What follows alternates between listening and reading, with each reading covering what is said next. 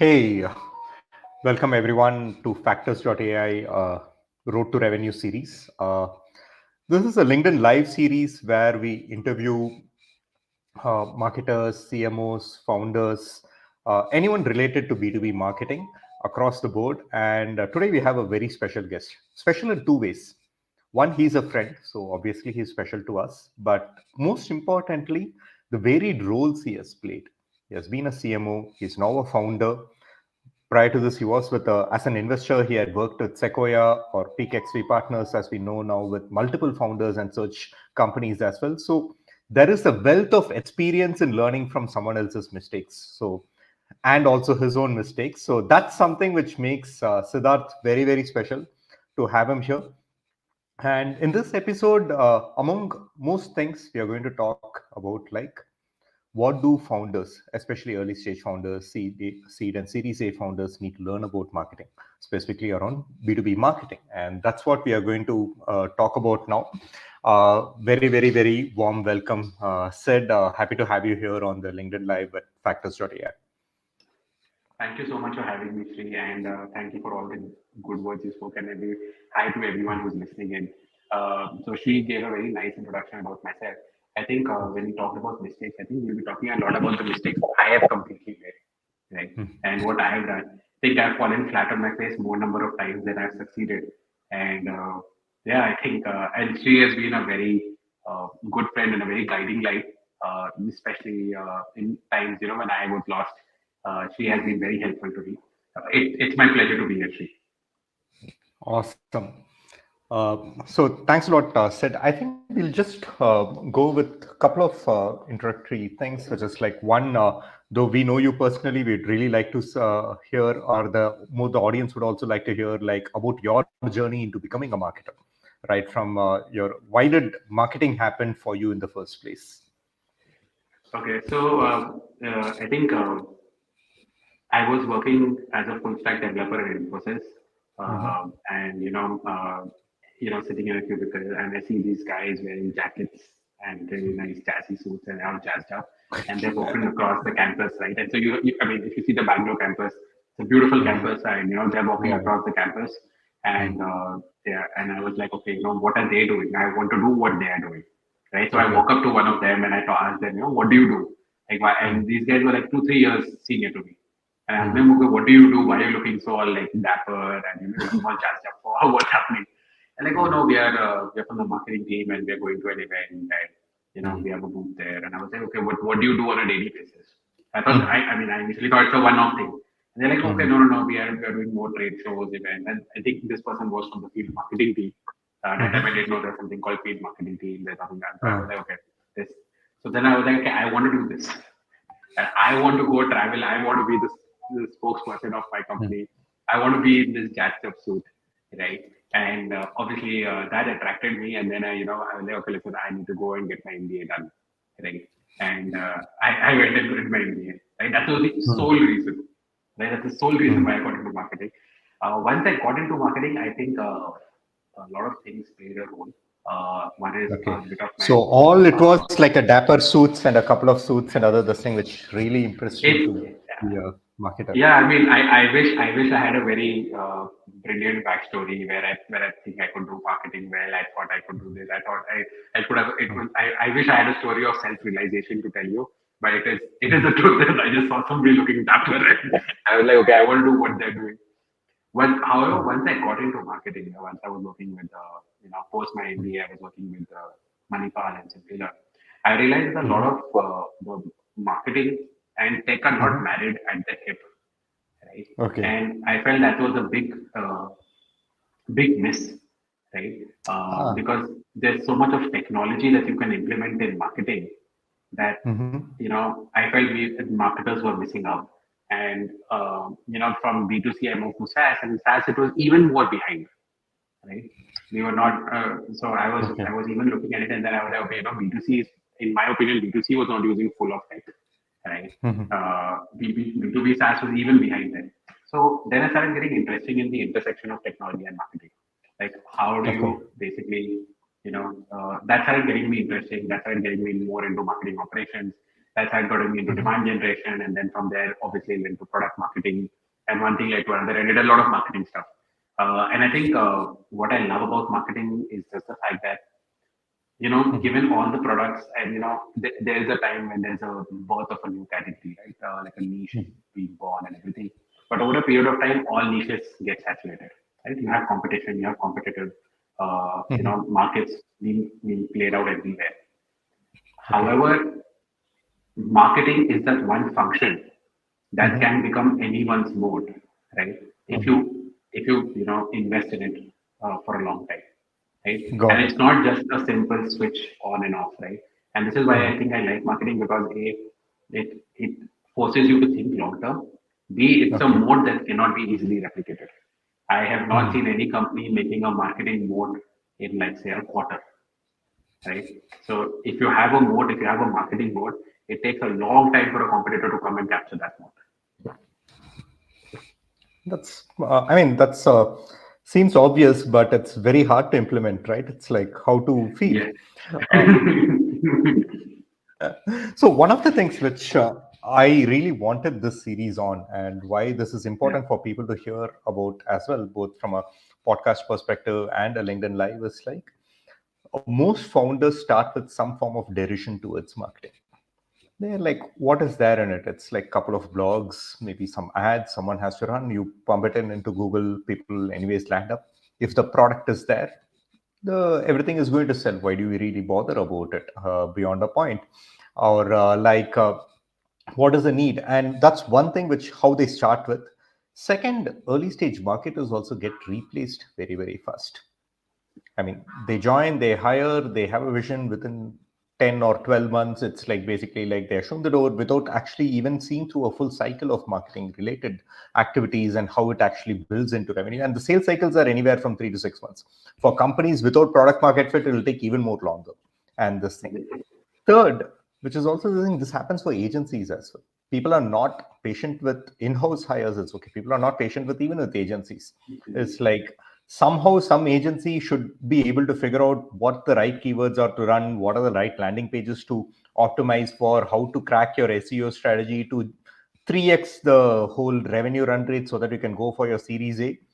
Uh, it never happens, and for some reason it's also a lot of impatience and other the things. So these are the three main things which we are talking about. I have seen variances of this happening in multiple other companies, but in B2B marketing it's actually a lot more, because at least when I used to do mobile ads marketing, it's like, okay, I'm Mindra or I'm this edtech company, I need to show 1 million downloads for my investor for me to go into my Series B.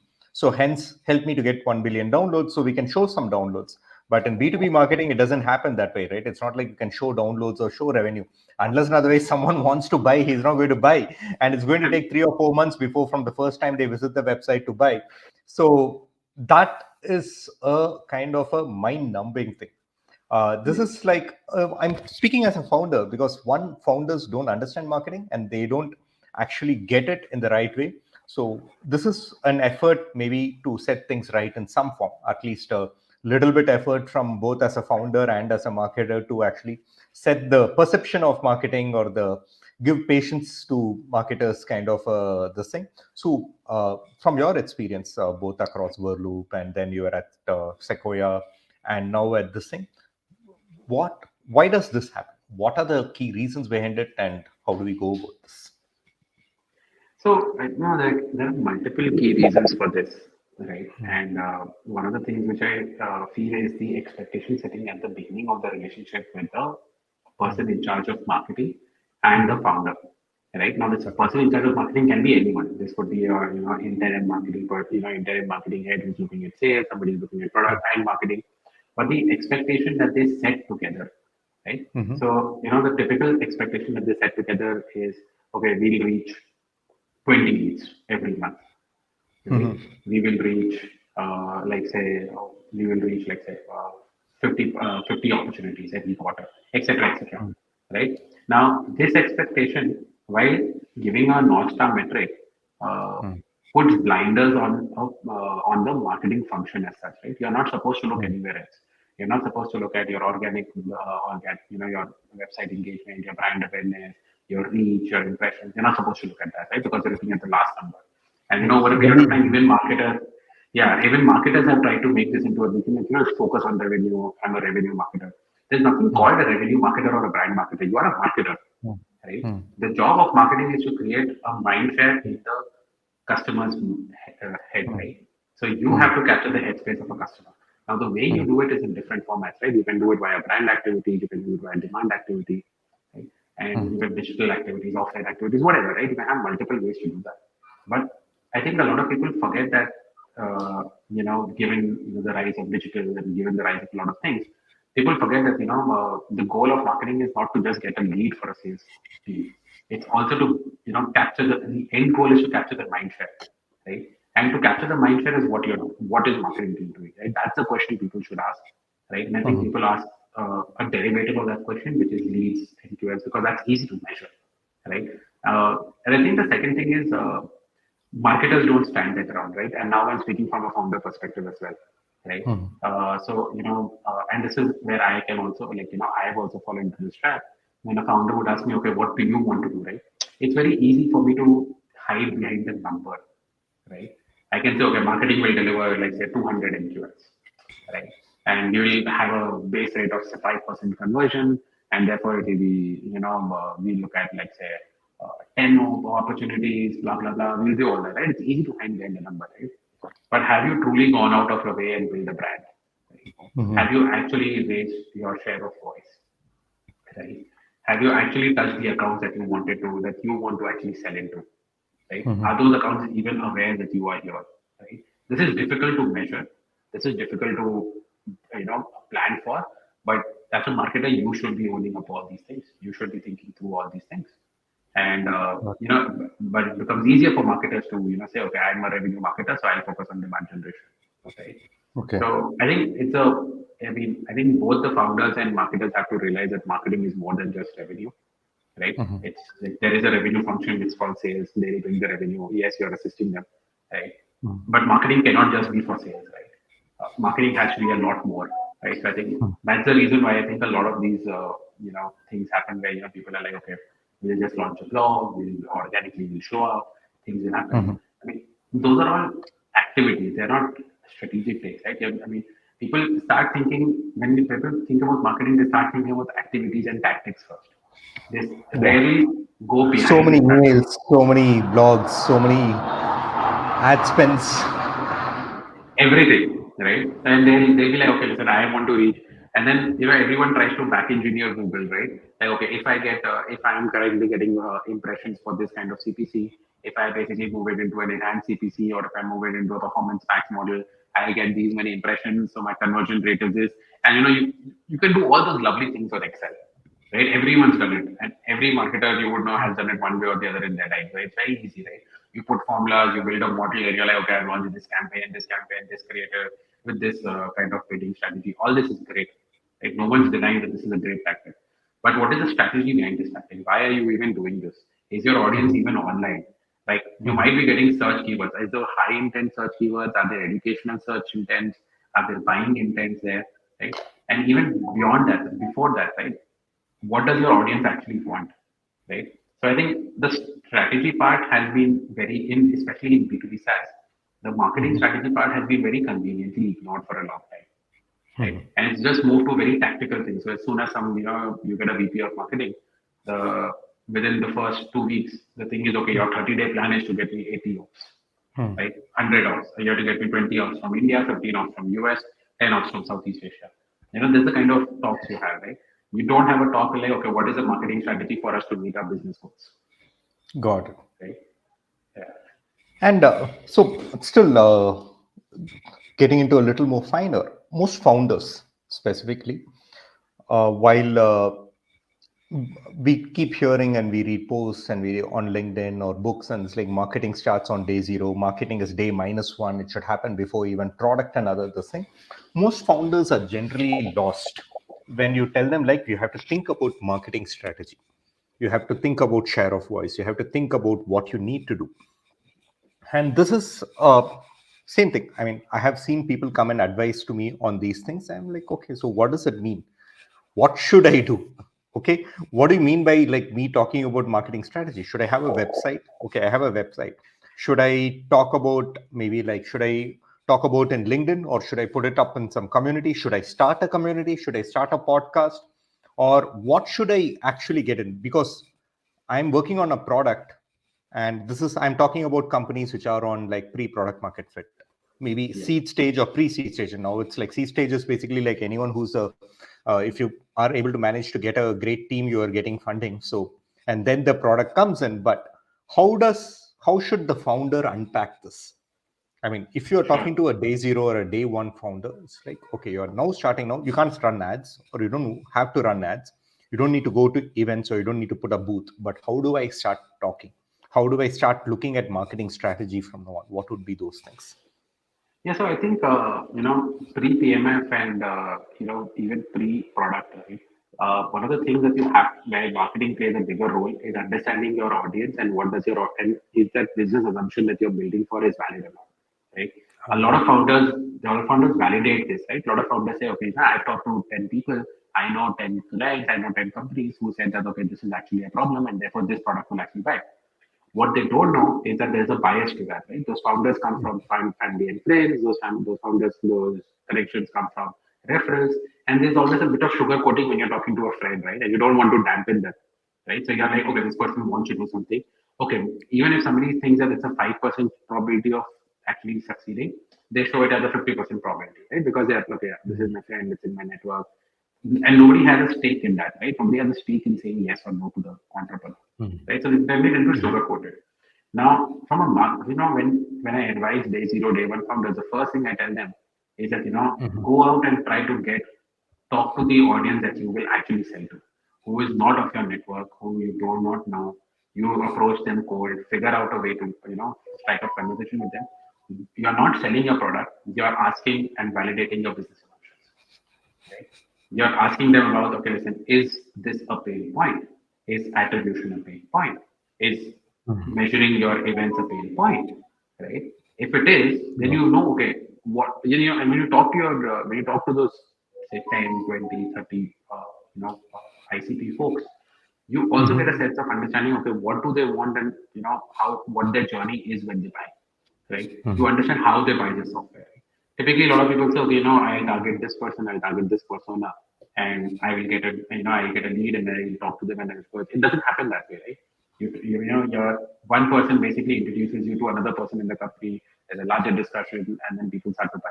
Yeah, unless there is a freemium motion, people generally tend to follow this route. Now, you want to validate how does it happen in that company? What do the kind of, what is the pain point this kind of the software that you're building can actually solve, right? And once you understand that, you can, once you paint that journey, right, you can actually understand what role this product will play in that in your audience's life, right? Is this a pain solver? Is this a is this a vitamin? Is this a painkiller? Is this how is this what are the points where you as a product person, where you as a product can influence their journey, right, positively, right? And then that becomes your basis for your marketing strategy. So you know your audience, you know what is happening, and that becomes the basis. Okay, listen, I will do these things because I know these are places where my audience is. Now, your audience might not be on LinkedIn and Google at all. They might only be going offline. They might be going to trade shows and meeting up at mixers and doing a community. They might not be searching, or they might not be the thing. There might be education, but if you go and look at Google keyword, right, planner, and you basically look at for particularly your product, they might be showing around like say 200 searches, 300 searches, right? So you might think, okay, there is a intent there, right? I mean, because it's, to be very fair, it is in Google's favor to show you a higher number to get you to bid for it, right? So even if there is some searches going on, it will show you that, okay, and you don't get the context of those searches, right? You don't know if it's an educational search, you don't know if it's a buying intent search, right? You just see keyword and you see the keyword volume, right? And then you say, okay, there is enough. I think there is a lot of people searching for it, and you start bidding on Google, right? But if you have done your audience research, you know they're just educating themselves. They're not really buying it from you. The way they buy it and the way they evaluate software is when they meet up, they go to trade shows, they understand that, right? So you basically then you understand, okay, your marketing strategy has, I mean, and I keep telling everyone, right, your marketing strategy has to revolve around your audience and not around any channels, right? Got it. So forget blogs, forget everything, right? Some of the biggest companies in the world have very shitty websites, right? Because none of their audience don't even come onto the website, right? Their website is just like just one pager or a two pager just to tell what they are, and they're doing like 20-30 million dollars of business, right? Hmm. But because their audience is not online, they're not worried about it, right? But when you go and look at their trade shows, their booths would be the best booth in the entire trade show because they are putting all their money there, right? So again, everything has to focus on your audience, and I keep telling everyone like, you know, and understanding audience, and this is where some of the founders come and tell me, okay, listen, I know my audience well, right? And then I tell them, you know your audience for your product well. You don't know your audience well, right? There's a very different audience using your product. So as a marketer, I might use a tool, right? And me using the tool is a very different person than me not using the tool. Right? When I'm not using the Got tool, I'm on LinkedIn, I'm reading some blogs, I'm not consuming whatever. When I'm using the tool, I want these five things. Right? So you have to target the person who's not using the tool. Once you're using the tool, that's a customer. But once you're not using the tool, who is this person? Who is your audience, right? I think that is it. marketing for folks who are like on day zero, day one. That's what marketing looks like for them. Thanks a lot, Sid. I'll tell you, there are companies which charge 100K for a 3-month assignment just to help people validate, saying that, okay, what's your pain point? Is your pain point resonating? Are you asking the right questions? Can you do cold outreach to people just to ask for feedback on your product idea? It can be just on Figma and other this thing. And this process costs 100K for seed stage founders, and people do spend on it. And it's basically like, Yeah. given that you are from Surge or you're from any other Axel Atoms and other this thing, you have money in the bank and other this thing, people do spend on it. But they don't, when they don't do spend on it, they just hope to like they can hire a performance marketer or an agency or a marketer and hoping that they can start generating leads without actually doing this process. And there is a second derivative cost to it, which is something which I can talk from a personal angle. If you don't get the direction right from the early stage, where you don't need to build, no need to hire anyone, not build, maybe hire a great marketer or hire a person who can do this job along with you to give you a structure to do it, you'll actually get the direction right and then you can build the product. On the other hand, if you build the product, for you to actually fine tune and then change it into some other direction is like not double the effort, it's actually triple the effort, because there is a mental baggage, there is inertia, there is already cost lost, Yeah. which is there. And thanks a lot for putting this forward. I hope founders who are seeing this take this through more clearly. More, I'm talking from a painful experience perspective. You're talking from your direct experience perspective. Other this thing, but this has enough and more validation for it. And it also, the reason why it also matters at seed stages, you'd always be asked like how long you have taken to a 1 year, into 1 year, into a $1 million, or into more than Yeah. 1 million, how long you have taken to get a product. If you spend 6 months to analyze this, you can take another 8 months to actually build the product, and then launch. The road to revenue to 1 million would be much faster. Otherwise, Very fun. it'll take 1 year anyways to build the product. It'll take not just 1 year to get to a 1 year, 1 million revenue. It might take 2 or 2.5 years, which are there. Yeah. And then And I think even the lesson is all about you will learn this lesson any which ways, right? The the question is how fast you want to learn this lesson. Do you want to learn this lesson without investing, let's say 12 months on the road, spending 500, 700K in a particular geography, wherever, right? Whatever your wherever your ICP resides, versus you want to learn this spending like say maybe 50K, 60K, 100K, whatever, right? And you want to like do this with and do it in a structured manner, so you understand who you are selling to and what you are selling, right? And how quickly do you want to learn it, right? I mean, I've seen founders not take this advice and basically spend $1 million in a particular, trying to validate the business assumption. And after $1 million, say that okay, these were our business assumptions. These are true, but these are not true, right? Which they could have easily done, like say, if they talk yeah, to a corporate, they would have figured out it easily when they talk to their ICP, right? no, no, no. So Yeah, that's pretty good. I mean, I can give you good examples. Atlan, I remember Prokalpa telling me.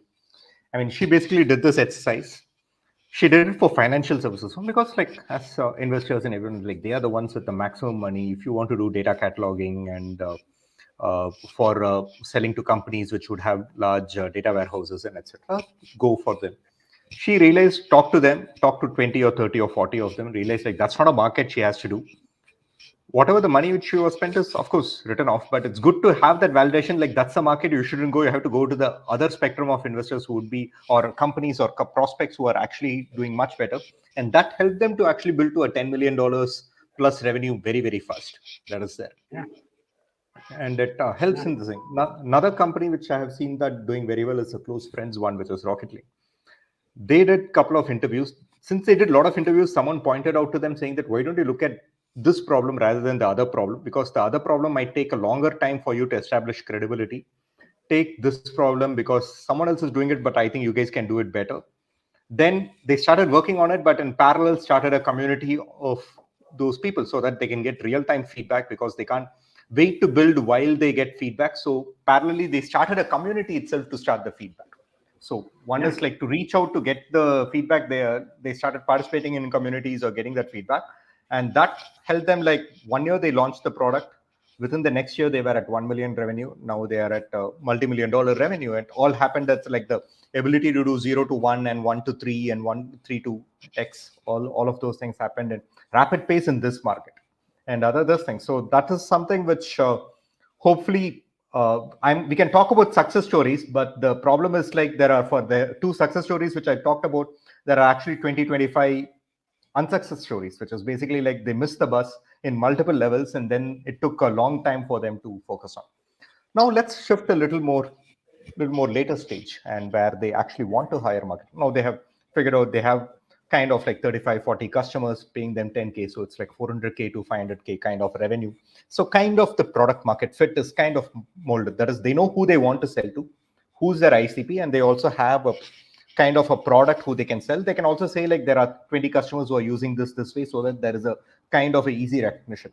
What next for founders, and what should the founders do at each and every level for them to start looking at it? So yeah, so I mean, I always think of marketing as Lego, right? So your first piece you've done is your audience research. Right? So you build your base well, right? So you have that flat surface on which you can start building everything, right? And you understand those critical journey points, right? Now you will say, okay, listen, these people either search online when they're looking at education, they're looking at understanding what this field is. You basically also understand if this is a new field where education is needed, or is this an understood problem and all you want to do is basically go capture, right? So then you understand, okay, listen, and basis the requirement, right? Okay, you need more education, say for example, right?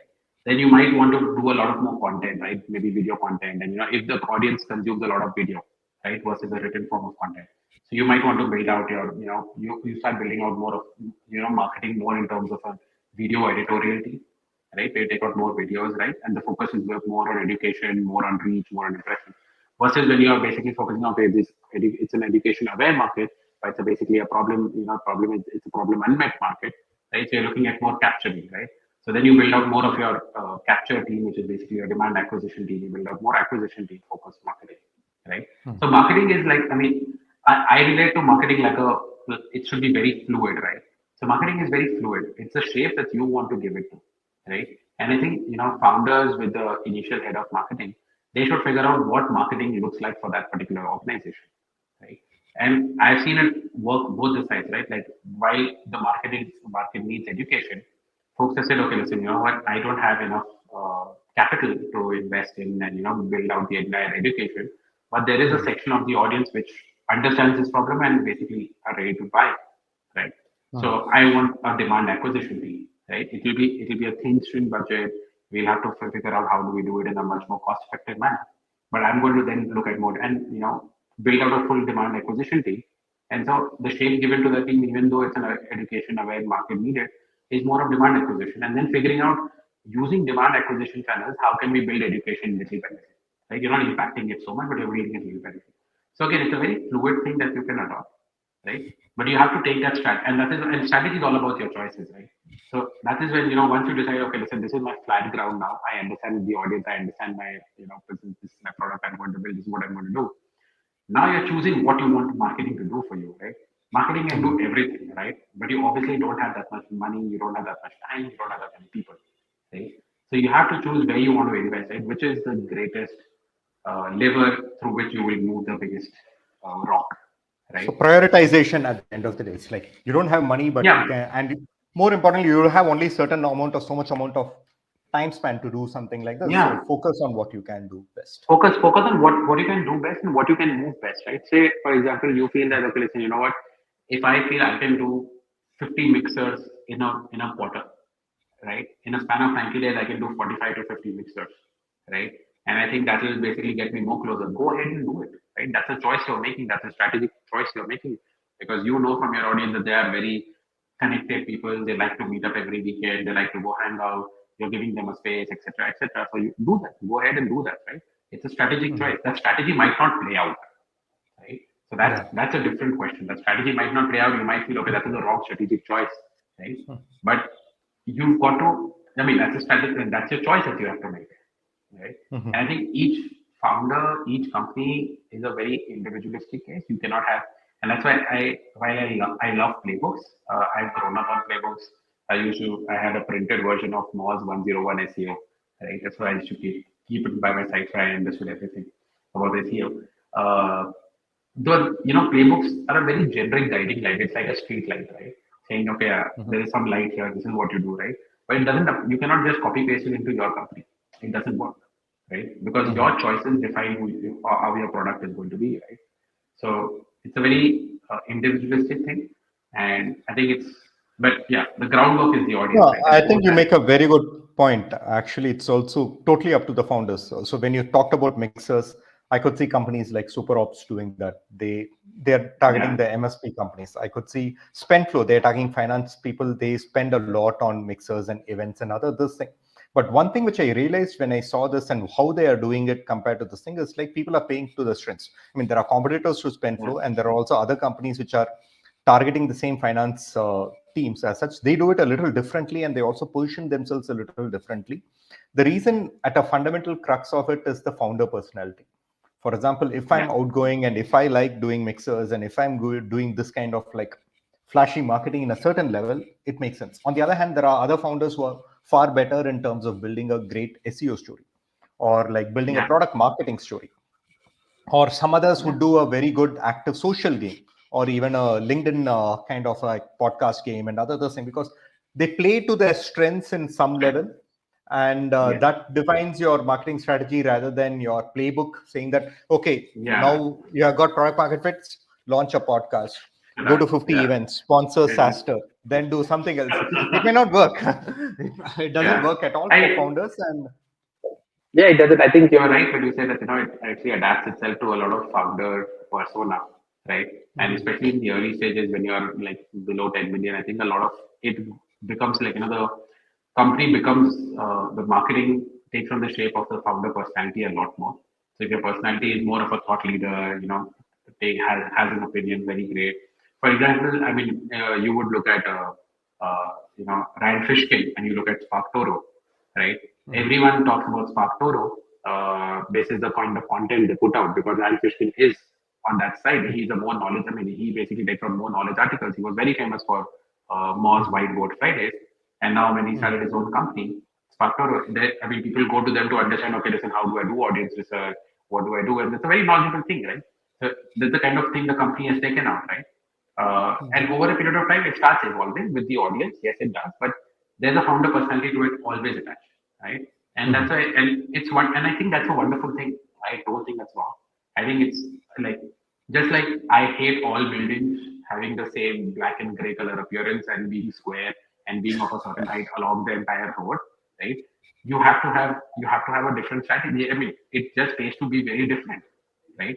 You cannot just copy okay what the next company did because then how you're expecting something else to happen. Then you will also be thought as that person. Oh, you are somebody like X, right? So you Mhm. cannot be somebody like X. You are you, right? You can't be like X, right? So No, totally that makes that sense. I mean, I person. can, yeah, sorry. No, go ahead, go ahead. No, no, I was thinking also this is something as like, for example, Zomato and Swiggy itself. Same industry, same this thing. Yeah, Deepinder is very different from a social personality and also this thing.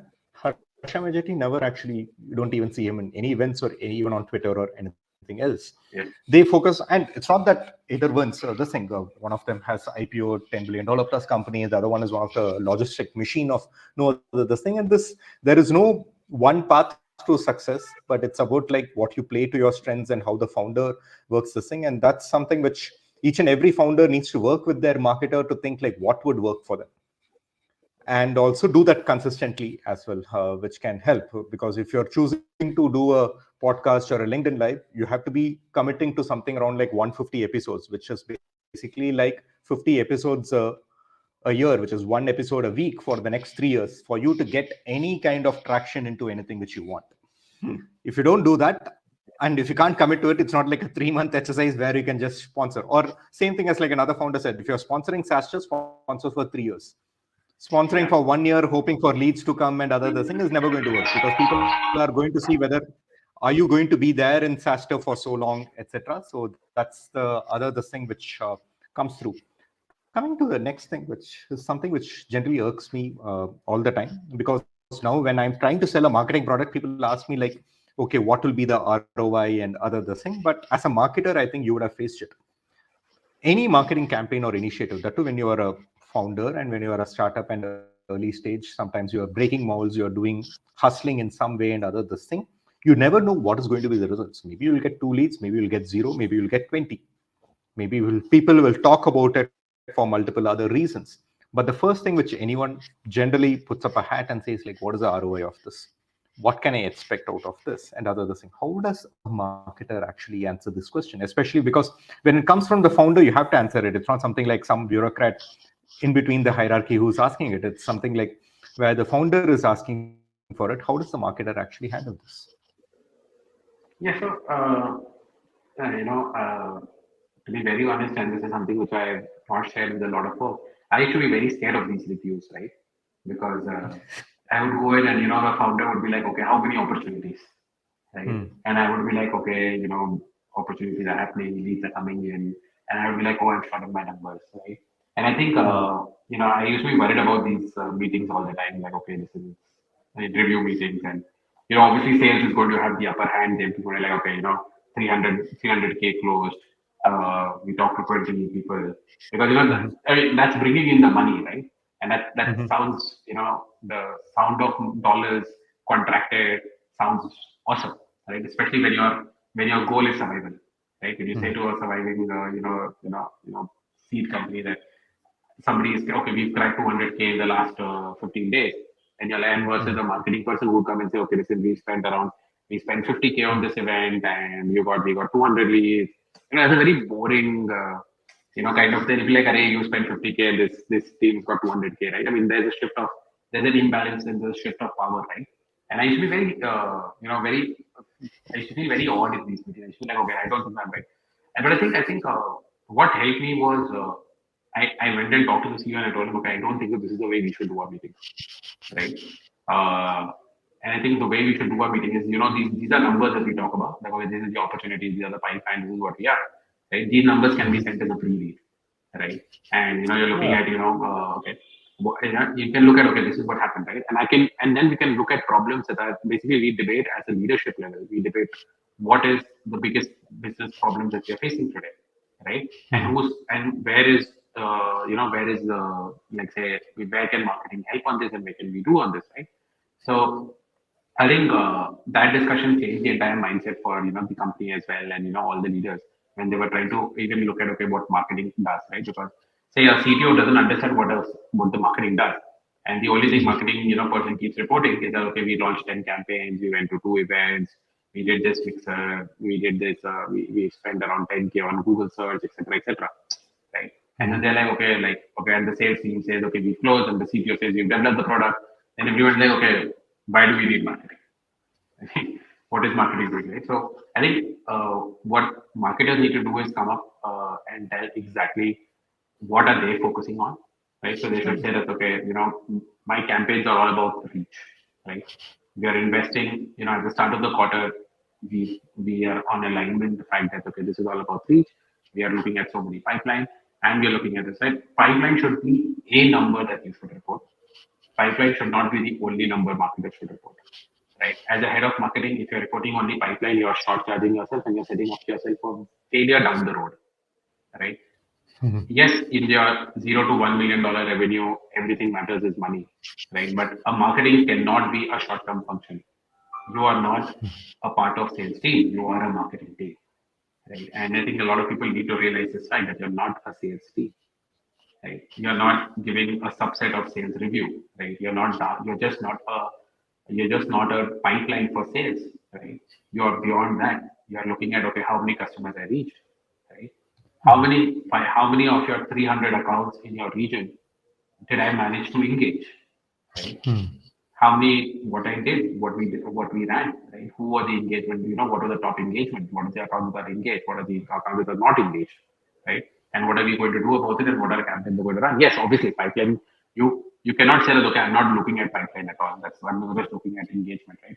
You have to balance both. You cannot just be pipeline. You just cannot be about engagement. Got it. So pipeline and other metrics and other this thing to so that to, and most importantly, tell the rest of the teams like what is marketing up to so that they can align on like we are experimenting or we are starting on these initiatives. These are the results we are hoping to get, but this is how it's going to happen and how it's running. The second stage, which it Yeah. comes is like, which is where it's more comes to actual spending, which is there, which is performance marketing. They are starting to start getting into the more weeds of like, I want to run so much in content, I want to run so much on performance ads and other this thing, which is more of a mature company talk, which is like beyond $1 million. How would you look at, I mean, the first thing is, of course, hiring. How would you look at hiring? Who are the kind of people they have to hire first? But secondly, it's like, what is the amount of money which the founder should actually allocate to start spending and commit to for the whole entire year? Which is Yeah, so again, like I said, right, it all depends upon the strategy you choose, right? Say you want to say, okay, I want to grow my brand, right? I want to make sure that I'm a thought leader in the particular space. I want to own this space from a brand perspective, right? So you're doing a lot more branding, which is typically, you're trying to capture more mind share, which typically becomes a little bit costlier, right? And then you say, okay, listen, you know what? I want to do complete demand capture. I don't worry about my brand this year. I'm going to look at brand probably as a smaller play, maybe 10-20% of my entire budget should go into brand, but 80% of my budget is focused on demand acquisition, right? Versus you take a balanced approach, right? Now, and over a period of time, I've realized, and I think it's, more, it's almost like an retail investor, right? What is your risk assessment? What's your risk taking ability, right? You want to be a moderate, you want to be, aggressive. How do you want to take this market on, right? You want to say, okay, listen, I'm a aggressive, I'm an aggressive market. I want to capture the entire market, right? So obviously there's a high risk, high reward to it, right? And the high risk is that you're going to put a lot of capital behind it, right? Versus a moderate, right? Where you say, okay, listen, you know what, I'll put let's say 30% into customer, retention marketing. I'll put a lot of, some money into acquisition, and I'll put a little bit money into brand, right?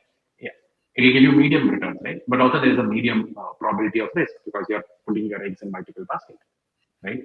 Versus you might be very conservative and you might say, okay, listen, you know what, I want to just focus on making sure I am there on search engines whenever somebody searches for it. So if anybody is searching for anything related to my industry, I want them to know that okay, this is something that exists, right? And I want to grow more and more and more on that, right? So it's a low risk investment because obviously it's going to pay off sometime, right? But it's not going to pay off in the short term, right? It's going to take some time to scale up, right?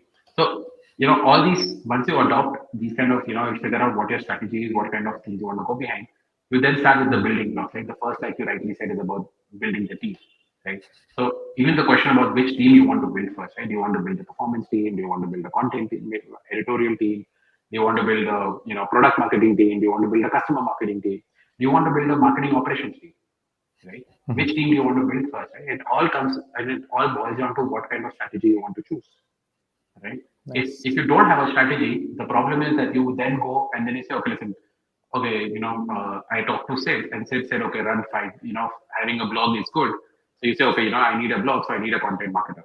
Right? So you go hire a content marketer, but you don't know what to do with the content marketer 6 months down the line. Okay, you've written 20 blogs, but you don't know how that's impacting and it's not a part of your strategy. Right? So you've just done it ad hoc. Right?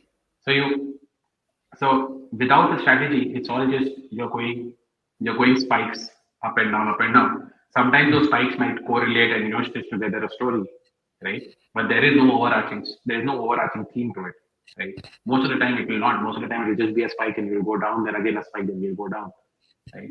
Rather, Got you it. want marketing to build on itself, right? So okay, this is what I want to do. This is then when I'll go.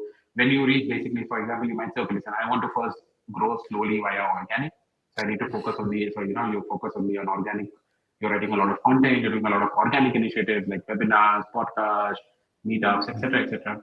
Then you probably want to say, okay, listen, now I understand. Okay, listen, I'm comfortable with spending money. I know, okay, this is the kind of thing I can do organically. This is what I get.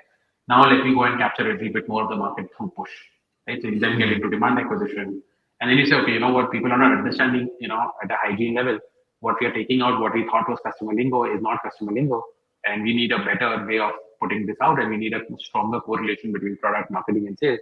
So then you probably start to build out a product marketing function, right? And okay, Mhm. listen, before we build it out, this is a product marketing team. They will help you figure it out.